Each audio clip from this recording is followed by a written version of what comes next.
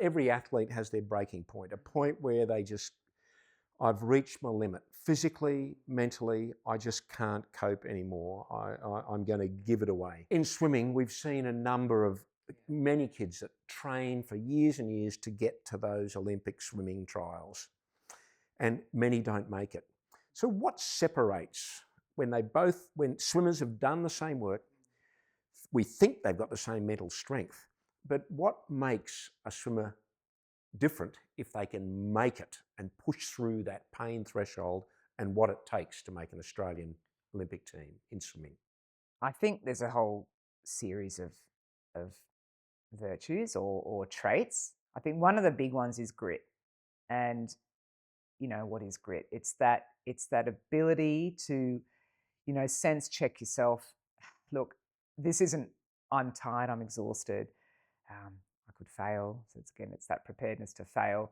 But I know I've got something more in me. And it's that willingness to go there despite every fiber in your body not wanting you to do that, but just that deep sense of grit and then self-beliefs and tied into that to keep going. I think that's a big one.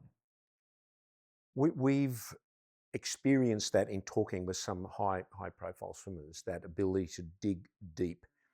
Why have some people got that and most don't? Funny, I mean, you're the scientist. I think it often comes down to knowledge. Actually knowing about the body physiologically, what the body, the stress response, the pain threshold, knowing a little bit more about that. And I actually work with a few athletes that are beginning to be more interested in that part of their sport, actually understanding the mechanics of their body. Because I think when there's more knowledge around that, that connects the dots a little bit more with in that moment, that pain and that experience. So many athletes, when they reach close to that breaking point, we would call it burnout. They just say, "I've had enough." So what does it look like? What does it look like in an athlete, a swimmer, when they've reached that burnout point? Many different things. It can be constant fatigue, not hitting the times, mentally not motivated, niggles, lots of and illness. The immunity's down. So it's those physical signs, and then emotionally, just those avoidance behaviors. Wanting to just sleep in longer, going to bed later, so that you don't feel like getting up. That's a big part of it, and it's a slow creep, and also relying on other people to help guide you in that. My background is physiology, and those are the signs of overtraining, burnout, call it what you like. But uh, uh, we talked about grit. We've talked about an athlete will know those physical signs, but an athlete that's going from good to great has that grit, that ability to dig deeper.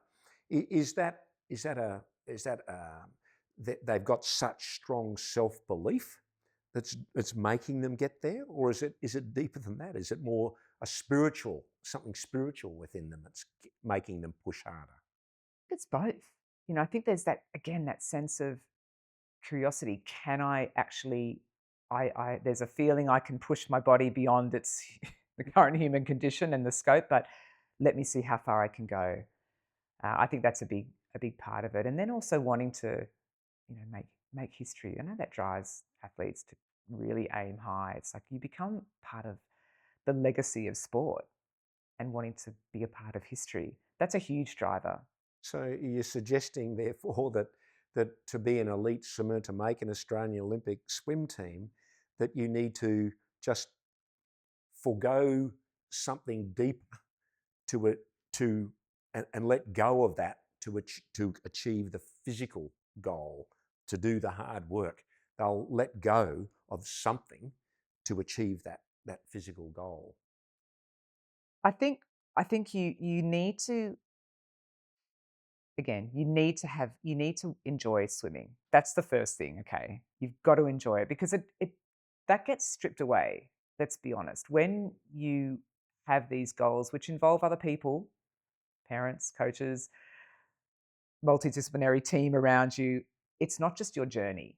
But I think getting to the top, you've got to have that deeper sense of grit and belief and confidence that despite what's happening now and this pain, you know you can make it through. And again, you rely on almost like a deep moral compass of, look, I know my body can endure this, but also being aware of, the signs of burnout, and then taking advice from people around you. It's not just, yes, the swimmer is the person that gets to the top, can't do it on their own.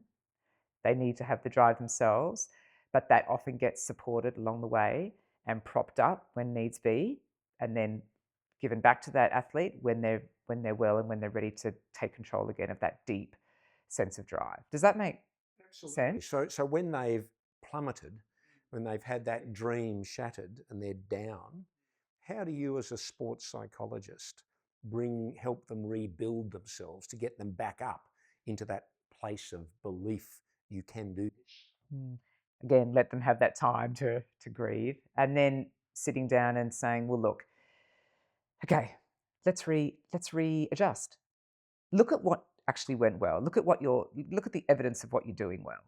Okay, despite you didn't get the outcome that you wanted, what are you doing well? Build on that. So very much strengths based. And then the things that didn't go well, what do we need to adapt? What do we need to change? So creating those process goals around that whole process to then allow them to get back up on their feet. But those failures are really important, and parents are really influential in that. And again, upbringing. If you've been brought up where you've got a problem and you've had hardship actually, and you've learnt to get through that yourself with support, that is what helps you in those moments where you've failed in front of the world, because you've had some exposure to that from way back. Not as intense, but you have had exposure to that, and you've gone through hardship and learned how to actually get through that. Problem solving. So can you tell us about a swimmer, an athlete that you've worked with that maybe has been able to transcend the physical and the mental, the spiritual, and overcome, that their mind is so strong or their body is so strong, but one has just overcome the other when one is breaking down and they've been able to push through that? Can you give us an example of an athlete from your past where the mind may have overcome the body? Actually, recently I worked with a fairly young elite swimmer who got some really good times, a couple of years ago, and so has that sense of belief in knowing that they can hit these times in these races, but lately hasn't really been able to execute those times. And we've done some work together, and had a big event coming up, and in training things had been improving, but again that self-doubt had really fed into her whole swimming persona or athletic identity. And she, we sat down and she's like, I just don't know if I can do this. So again, we look at the evidence. Okay, well, you may not. So it's actually voicing that. And what if you don't? What does that then mean about you? Well, I'm not good enough. No, well, you are good enough. You're just not hitting those times. And looking at the evidence, going back, and then again, look, all you can do is prepare really well, get up on those blocks, and you've done the best preparation. You've got your routine, you've got your superstitions, your rituals, which swimmers often have, loud music, the same breakfast, whatever it is. And then be prepared to get up there and just give it your all, and be as relaxed as you can. And so she did that and surprised herself and got the time that she wanted, PB, in this 50-meter. And that was enough for her to match the body and the mind back up with that self-belief. So she knew that was there, but had, because of the last few years, of just been down and not quite hitting those times. And so that really ate away at her self-belief. And then, but knowing it was still in there and just needed to dig deep, do the hard work, be prepared for it to not work, have that courage, and then prepare really well, and then dive off those blocks, and it worked. So that was really nice to see. And that's so When you watch an Olympic Games or you watch a swim trials and you see those that make it, those that don't, I'm going to put you on the spot here. What sort of three characteristics would you say from your experience, your qualifications, your studies, your life experience, would you say make the difference between those that make it and those that don't? three characteristics, so traits. I think the first would be tenacity. Really, I think that would be the first one. The second would be grit, and the third would be courage.